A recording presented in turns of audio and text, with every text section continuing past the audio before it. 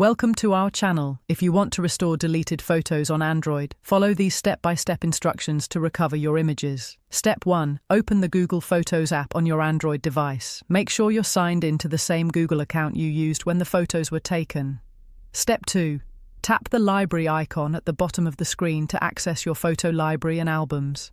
Step 3. Scroll down and select Trash or Bin to view recently deleted photos and videos.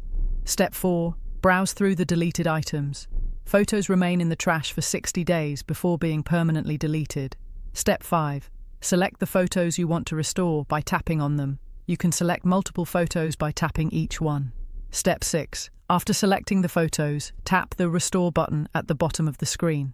Step 7. The selected photos will be moved back to your main photo library and any albums they were originally in.